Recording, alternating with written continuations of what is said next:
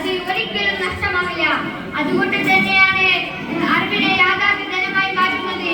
ഇസ്ലാമികമായി നോക്കുമ്പോൾ ആദ്യമായി അല്ലാഹു മനുഷ്യനെ പരിപൂർണമാക്കി സൃഷ്ടിച്ചപ്പോൾ ആദ്യം നൽകിയത് അറിവാണ്. വഅല്ലമ ആദമ അസ്മാഉൽ കുല്ലഹ. അല്ലാഹു തആല ആദം നബി അലൈഹിസ്സലാമിനെ എല്ലാം പഠിപ്പിച്ചു. ഇതിൽ നിന്ന് മനസ്സിലാക്കുന്നു മനുഷ്യന്റെ മഹത്വം അറിവിലാണ്. പ്രവാചകൻ മുഹമ്മദ് മുസ്തഫ സല്ലല്ലാഹു അലൈഹി വസല്ലം പറയുന്നു, മുസ്ലിംകൾ ഓരോരുത്തരും അറിവ് പഠിക്കൽ നിർബന്ധമാണ്. നാം അറിവ് പഠിക്കുന്നത് പരീക്ഷകൾക്കായോ സർട്ടിഫിക്കറ്റിനായോ ഒന്നുമല്ല. നാം അറിവ് പഠിക്കുന്നത് നമ്മുടെ ജീവിതത്തെയും നമ്മുടെ സ്വഭാവത്തെയും നമ്മുടെ സമൂഹത്തെയും മാറ്റുന്ന ഒരു ദാനമാണ്. പണം നഷ്ടപ്പെട്ടാൽ നമുക്ക് പിന്നീട് സമ്പാദിക്കാം, സ്വത്ത് നഷ്ടപ്പെട്ടാൽ നമുക്ക് തിരിച്ചു കിട്ടാം. പക്ഷേ അറിവ് നഷ്ടപ്പെട്ടാൽ നമ്മുടെ ജീവിതം തന്നെ വഴിതെറ്റും. അതിനാൽ